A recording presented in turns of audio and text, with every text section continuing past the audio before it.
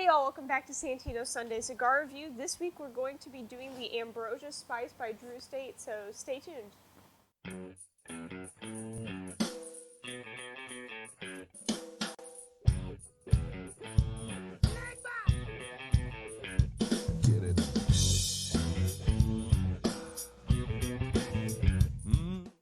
All right, welcome back to Santino's Sunday Cigar Review. I'm Mike, this is Maddy, and we're doing something kind of different and interesting today. We're going to talk about, as she mentioned, Drew Estate Acid's Ambrosia Spice cigar today. And listen, don't drop off here, folks, just because we're reviewing a flavored cigar. Keep an open mind, so stay tuned. We'll be right back.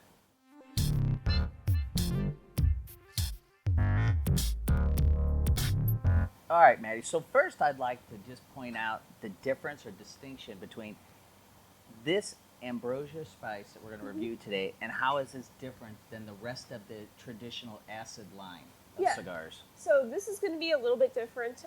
For instance, Jonathan Drew, whenever he was making this cigar, he really tried to focus on the different types of spices and stuff that would have been used in this cigar versus something, say, in the acid. So it's going to have a lot more of those like stuff like clove and just generally spices and stuff that you would see in cooking and foods, and you're going to see that in this cigar versus the acid, which is just, for me personally, just overwhelming sweetness. I would tend to agree. And so something that I read a little bit about it, sounds like Jonathan Drew spent some time, I don't know if he actually went to Europe and Asia, but it sounds like all the spices comprised in this cigar came from Europe and Asia, which is, kind of cool in a way. He went out of the proverbial box to try to come up with something very unique. It is, I'll get kind of right into it, because as you can see, I've been smoking the first third. And of course, it has all the traditional characteristics, right? The tobacco comes from his Nicaragua Esteli farm. The spices, of course, come from Europe and Asia. But you're still going to have that Nicaraguan premium tobacco with all his characteristics of a finely rolled wrapped cigar. And that's something, the wrapper, this Van Reef Cameroon wrapper is interesting. What do you know about that? So, one of the cigars in this line has the Van Reef Cameroon wrapper. I think that this one is actually the Sumatran wrapper. So this cigar, the Sumatran wrapper on it, it's going to be really nice. It's going to be overall generally what you're going to see in a Sumatran wrap cigar. One thing I wanted to note is that while doing research on this cigar beforehand, it took me a really long time to actually find a consensus and figure out what actually was the wrapper, binder, and filler combination for this cigar. It took me a while to find it. It even wasn't on Drew Estate's website, so that was a little bit just a note for y'all. And some of the real big characteristics I'm noticing, so it hits you in the first light and the first third. Ton of fresh clove. You do pick up some ginger. I pick up some pine needles. There's other people that they get a little bit of this sweetness and that sweetness, or this and that. But it's primarily, for me, it's a ton of clove, some ginger, and fresh pine needles. Kind of a winter green kind of evergreen kind of taste. But the clove is the predominant in the forefront of all the spice. It does have, we talked about the body and construction, does have an easy draw. I read somewhere in a review that it was a hard draw. I'm not finding that at all. Okay, it obviously keeps a nice ash. I'm not trying to keep this ash. That's how well it's constructed. I'm going to keep smoking into the second third, and we'll see what these notes and spices do. So stay tuned. All right. Well, something I failed to mention when we first started this review. It's a new season, right? We're in the fall, and seasons are changing. So I thought this might be an interesting cigar to start fall with all the leaves changing, seasons changing, temperature changing. Everybody, about in a few weeks, will switch into winter mode. And so I just thought this was a different kind of review to do to go along with the season of chip change.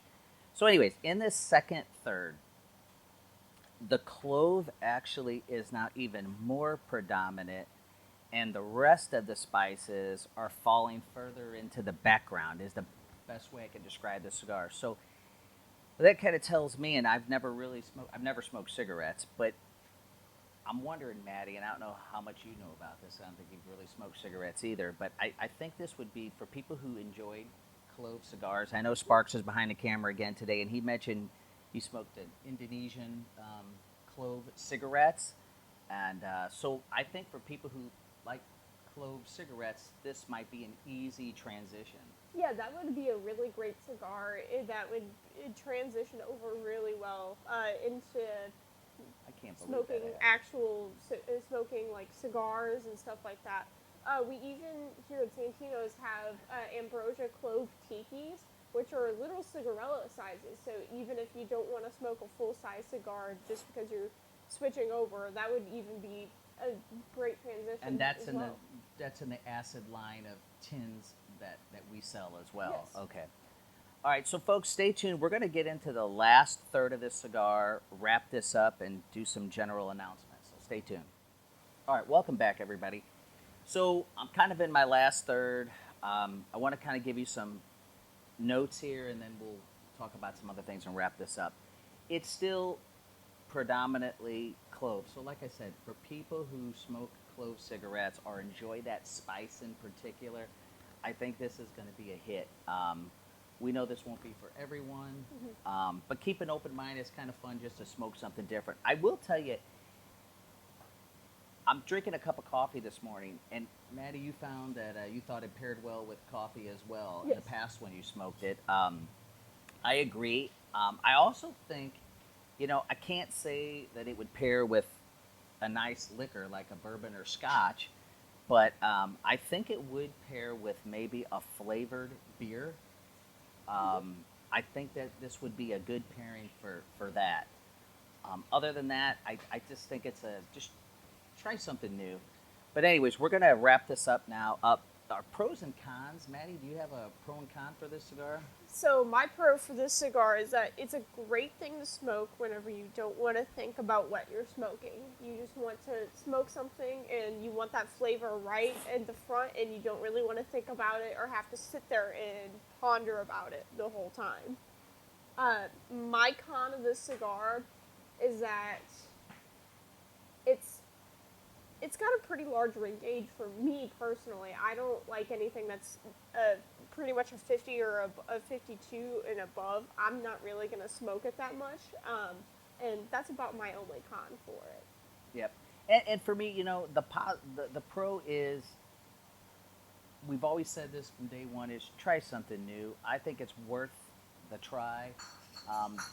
The only con is, obviously, we know it's not for everybody, but a lot of people get into cigars through infused flavor cigars, and then I kind of call it the graduation step. Most people then graduate to a mainline cigar, but there's a lot of times our heavy cigar smokers that smoke 8-10 cigars a day, they'll still change their routine up from time to time and try an infused cigar. It's nice to break up the monotony of your regular habits.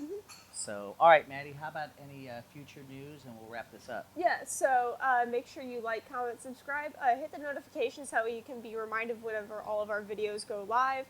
We have actually a special promo deal going on right now for Acid and a bunch of these Drew State infused cigars. Make sure you check out our Facebook for all the info and details on that one. Yeah, free hats and cutters, so yeah. Look on our website. Yeah, and I think that's about good. Yep. All right, folks. See you next week. And remember, here at Santino's, we drink, we smoke, and we know things. Have fun, y'all.